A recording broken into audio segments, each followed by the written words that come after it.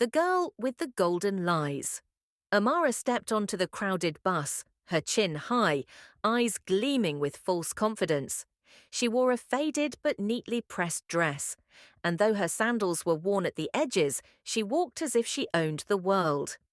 As she took a seat, she pulled out an old smartphone with a cracked screen and pretended to text.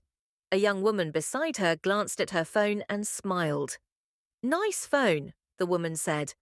"Oh, this?" Amara laughed lightly. "It's just one of many. I actually prefer my latest iPhone, but I left it at home. My father just bought me a new car, but I enjoy taking public transport to see how ordinary people live."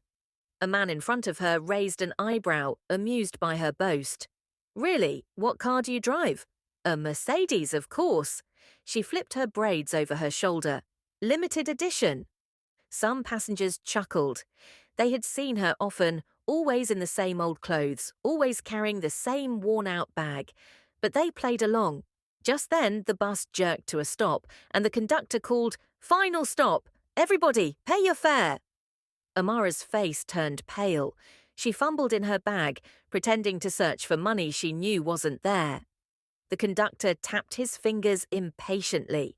The kind woman beside her smiled knowingly and handed the conductor some money. "I'll pay for her." Amara swallowed her pride, eyes burning with shame. She looked at the woman, who gently said, "Next time, you don't have to pretend. You're valuable just as you are." Tears welled in Amara's eyes.